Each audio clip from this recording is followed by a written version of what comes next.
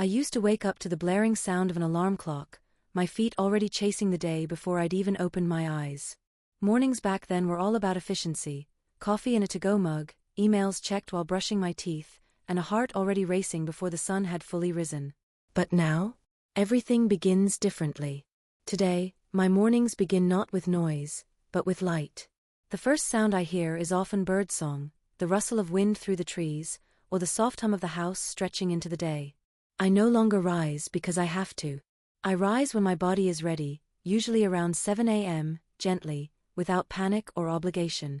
That alone is a gift I never knew I needed, the freedom to wake slowly, to belong to the morning rather than battle it. People often ask me, what do you do all day now that you're retired? And truthfully, I once asked myself the same question. I wondered what life would look like without deadlines, meetings, or to-do lists scribbled in every corner of my calendar. Would I feel aimless? Invisible? Unimportant? But what I've discovered is something I never expected. Retirement isn't empty. It's wide open. It's not boring. It's brimming with quiet meaning. So today, I want to take you with me, not on a vacation day, not on a celebration, but on an ordinary Tuesday. I want to show you what it feels like to truly own your time. To wake without pressure. To move through the day not because someone is waiting on you, but because you are finally listening to yourself. My morning now begin with what I call grass time. No phone in my hand. No rush. I stretch under warm covers, sit on the edge of the bed for a moment, and simply breathe. That breath is more than air, it's awareness. It's my way of saying, this day is mine. Then comes the first ritual I look forward to, coffee. Not gulped down while running out the door, but brewed slowly, deliberately. I walk into the kitchen barefoot, the tiles cool beneath my feet. I use the same chipped mug every day, the one that reminds me of a seaside trip with my daughter years ago. I pour my coffee, feel the warmth in my palms, and carry it to the table near the window. That window has become a kind of altar. Ici. I look. I listen. Birds come and go. Light move across the floor. I read a few emails, sometimes from my kids, sometimes from old friends who still check in. I might scroll gently through a news story or a favorite YouTube channel. But often, I just sit. It's not inactivity. It's presence. In those still minutes, I reconnect with a version of myself I had nearly forgotten. The one who enjoys silence. The one who doesn't need to earn her rest. If you've spent years hurrying through your mornings, let me gently say this, even 10 quiet minutes can soften your whole day. Try it. Brew your coffee, sit by a window, and don't touch your phone. Let the light in. Let your thoughts breathe. Because when you begin the day with grace, everything else unfolds more gently. After the last sip of my morning coffee, my body gives me a gentle nudge, nothing loud, just a quiet reminder, it's time for something nourishing. I've come to respect that voice. It's not hunger the way I once knew it, born of rushing and skipped meals. It's more like a whisper from within that says, fuel me with kindness. Breakfast, once a hurried afterthought between packing lunches and dashing to work, has now become a small ceremony of self-respect. I don't need much. My favorite go-to is a bowl of plain Greek yogurt with a handful of fresh blueberries. It's simple, yes, but rich in everything that matters. The yogurt brings protein and balance, the berries, a sweetness only nature can make. Sometimes I'll sprinkle in chopped walnuts or drizzle a bit of local honey, not for health, not for rules, but simply because it brings me comfort. Eating slowly is a new rhythm I've learned. I sit at the table, not on the couch. I use a real plate, not a paper towel. I chew thoughtfully, not mindlessly. And as I eat, I sometimes look out toward the garden. That patch of earth has become something of a sacred space for me. After breakfast, I often step outside. The air greets me differently now, softer, slower, not something I rush through on the way to somewhere else. I walk barefoot on the patio stones, feeling the morning's coolness. The garden isn't large, but it holds more life than I ever expected. There was a time when I didn't think I had a green thumb. I assumed gardening was for someone else. But now, I find myself drawn to it, not for the harvest, but for the healing. There's something deeply grounding about sinking your hands into soil. About tending to living things that ask for so little and give so much. I grow mostly easy flowers, petunias, marigolds, lavender. The kind that forgive me when I forget a watering or two. Some bloom wildly. Others return each year without invitation, like old friends who know they're always welcome. And in between the blossoms, I've started growing herbs and small fruits, basil, mint, strawberries. This morning, as I crouched by the garden bed, I noticed 3 bright red strawberries hiding beneath green leaves. I plucked one gently, held it to the sun, then ate it right there, the taste still warm from the earth. It wasn't just fruit, it was a reminder that I am capable of growing joy with my own 2 hands. Sometimes, I talk to the plants. Just a soft hello or a note of thanks. It might sound silly, but when the world is quiet, even your whispers feel meaningful. In this tiny garden, I find something I rarely felt during the peak of my career: stillness without loneliness. Activity without pressure. Gardening has become my meditation. Some people sit on cushions and breathe deeply. I dig in the dirt and watch petals unfold. Both, I think, are prayers of presence. If you've never grown something, anything, I encourage you to start small. A pot of mint on the windowsill. A tomato plant on the porch. You don't need a green thumb. You only need a willing heart and a little patience. Watching something thrive under your care reminds you that you're still part of life's blooming, no matter your age. These moments outside don't just feed my body. They feed something quieter, deeper, the part of me that needed to remember I'm still growing too. After a quiet morning of coffee, nourishment, and tending to the garden, my body begins to stir in a different way. Not from hunger this time, but from energy, from a desire to move. And not in the way I used to move, driven by schedules and necessity, but in a way that feels chosen. Free. Alive. For decades, movement meant function. Walking quickly to catch the train. Climbing stairs in office buildings. Carrying bags of groceries or chasing after children. My legs were always in motion, but my mind was usually somewhere else, racing ahead, ticking off tasks, trying to stay ahead of the day. Now, in this slower season of life, movement has changed its meaning. It is no longer about performance or obligation.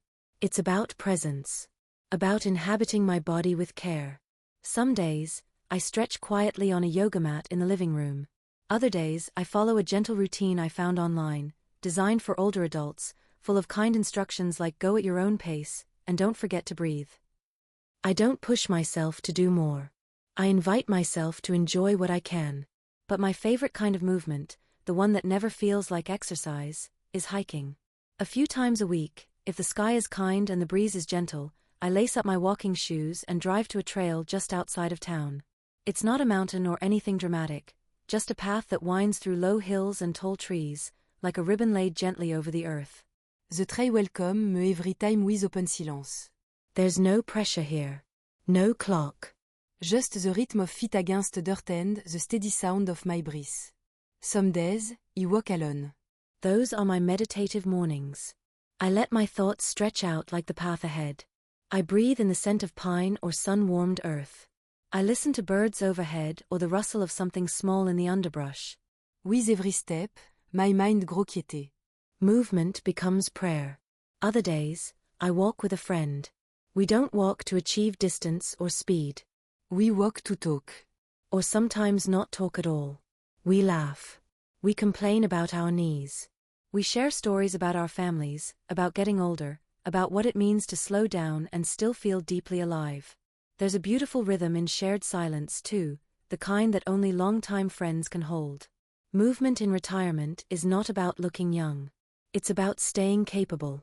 About being able to reach the high shelf, to bend down and tie your shoes, to carry a toddler grandchild or get up from the floor without fear. It's not glamorous, but it is empowering. Every step I take, every stretch I hold, is a quiet declaration: I am still here. I am still strong. I am still growing. And on the days when the weather keeps me inside, I don't punish myself with guilt. I find another way to move, a short walk around the house, a few steps on the treadmill, a light sway to a favorite song playing from the kitchen. Even 5 minutes can remind my body that it is loved and wanted. If you're someone who has feared movement, or who has lost touch with your body after years of pushing it too hard or ignoring its needs, let me tell you, you can begin again. You don't have to run. You don't have to sweat. You just have to show up. Walk around your block. Stretch your arms towards the sky. Put on music and dance a little, even if it's just in your socks on the kitchen floor. Because movement isn't just exercise. It's joy in motion. It's a way of saying, this body of mine, no matter its age, is still a place of wonder. And every day that I move, I prove that I haven't given up on it.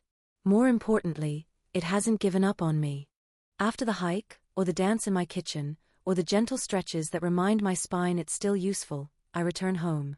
The door closes behind me, and the house greets me with a quiet kind of welcome. Now begins one of my favorite rituals of the day, cooking. Not the kind of cooking I used to do, rushed and practical.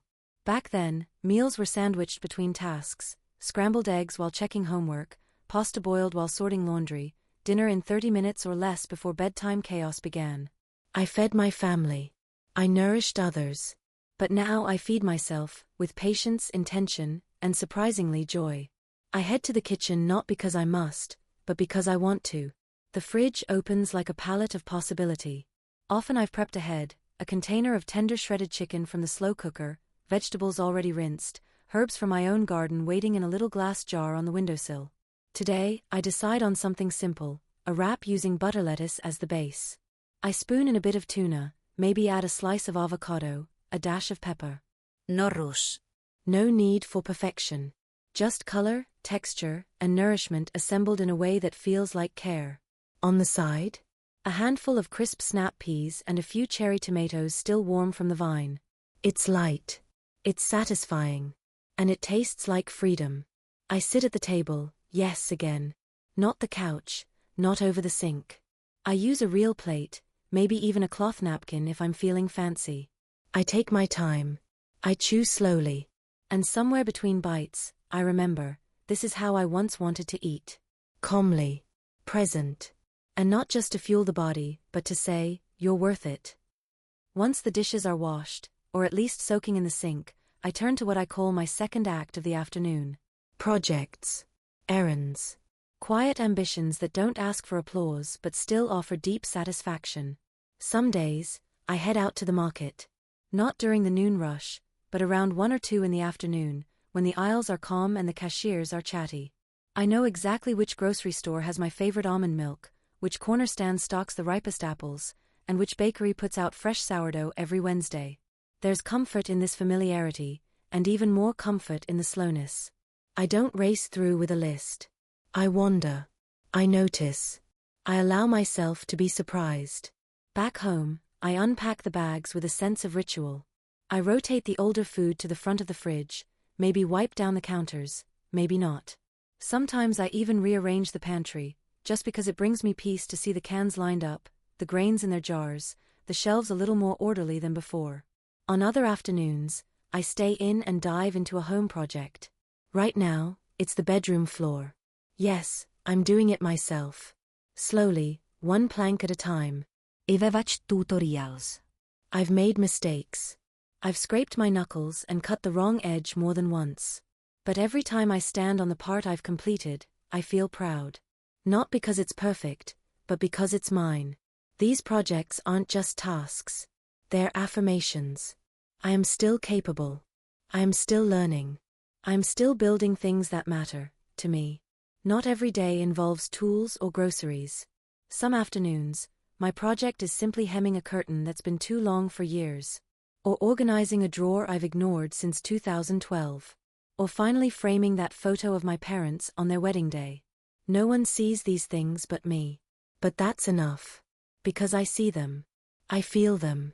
I live inside the peace they create. This, I think, is one of the hidden gifts of retirement, the ability to shape your space, your time, your life, not in grand, sweeping gestures, but in small, steady acts of self-honor. If you're in this chapter of life too, let me say this gently, you don't have to be busy to be fulfilled. You don't have to prove anything. But giving yourself a project, however small, can bring a beautiful sense of rhythm. Whether it's repainting a chair, baking a new recipe, or simply writing a letter by hand, these little undertakings remind us that we are still active participants in our own story.